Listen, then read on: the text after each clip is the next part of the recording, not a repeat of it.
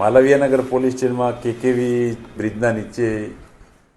ગત રાત્રિના એટલે કે તારીખ 5ના જે વહેલી સવારના રોજ બનાવ બનેલ 3 થી 4 વાગ્યાના અરસામાં તેમાં જે ફરિયાદી છે એનો ફરિયાદી સાહિલ પ્રેમસિંહ વિશ્વકર્મા જે મૂળ નેપાળના રહેવાસી છે તે અહીંયા યુનિવર્સિટી વિસ્તારમાં ગુજરાત હાઉસિંગ બોર્ડના ક્વાર્ટરમાં રહે છે તેનો ભાઈ રાહુલ જેને ઈજાઓ પહોંચાડી અને તેનું સારવાર દરમિયાન મૃત્યુ થયેલ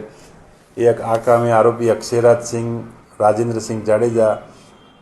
ચેડા ગામનો તાલુકો કાલાવાડ રહેવાસી છે અને હાલમાં તેને અટક કરી અને નામદાર કોર્ટમાં રજૂ કરવામાં આવેલ છે અને તેનું કારણ એ છે કે ફરિયાદી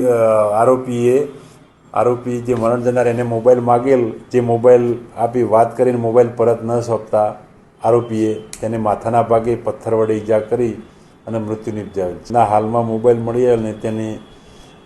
CDR ભરીને આગળની તપાસ ચાલુ છે. ના, એનો કોઈ અગાઉનો કોઈ ગુનાહિત ઇતિહાસ નથી.